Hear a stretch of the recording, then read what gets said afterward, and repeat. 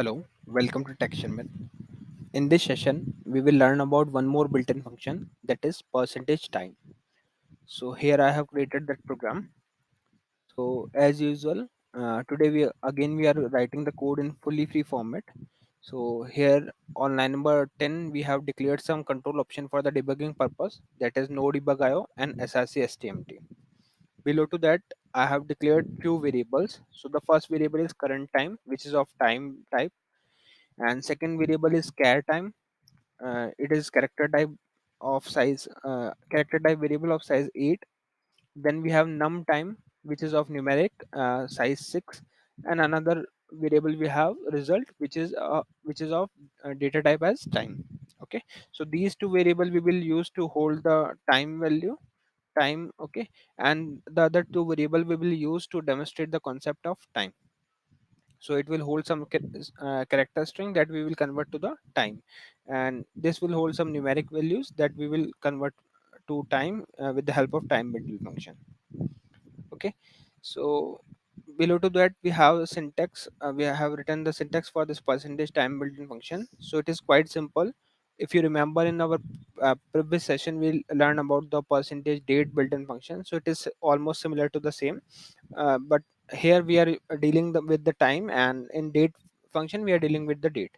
Okay, but the syntax is same. You have to just write percentage time, then input value which you want to convert, and then the format. So format is a optional parameter. Like by default, there is some value that is fixed, but if you want to change the format to any other particular value, then we can use this time format argument.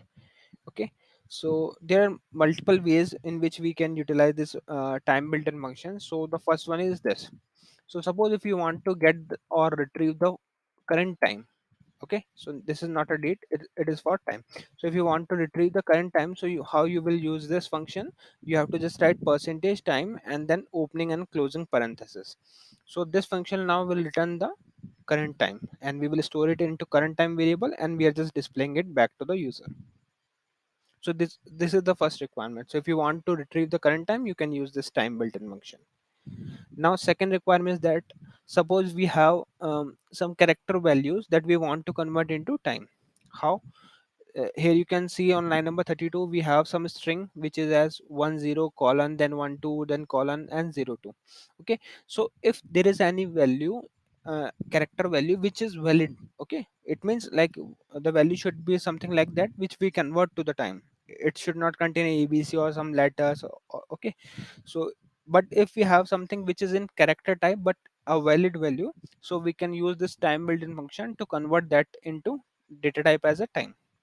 So here on line number 33, I'm using percentage time on char time variable, which is a string, which is holding this string, and we are converting it to a HMS format, hour, minute, second format. Okay. So as if we discussed in for the date, similarly here we also have different time format. So you can refer the internet link or IBM official website to find out the all possible date or time format, and then you can use as per your requirement. Okay, but for now we are using star HMS, which is hour, minute, second. So what it will do, this function will convert this string value to time in HMS format, and then we will display this. Okay, so this is the another way through which we can use percentage time built-in function to convert the character value into time. Now the third one. So here what we are doing, we are just storing some numeric value into num time variable, and then we are using the same time built-in function to convert this numeric value into time. So now the result will hold the time data type as a time which contain these value. Okay, so what it will do, it will convert it to HMS format, and then we are displaying it on line number 43. And at last we are setting star INR equals to star on. Okay, so let's compile and see the output here. I'm calling it. So firstly it is showing me the current time, which is correct. Then it is showing then it is converting those value which we have stored as a string into time format. Okay, after that we are converting those the value which is written as a numeric digit, and it is now converted to a HMS format time. Okay, so these are the logic. We just see we see the output for these logic. Like here we are retrieving the current time, then we are converting the value to character, from character to time, and here we are converting numeric value to time. These are some basic steps or method in which we can utilize this percentage time built-in function, and we can get the desired output. So yeah, that's all for this session. In the upcoming session, we will discuss few more things. So thank you for watching Tech Sharmat.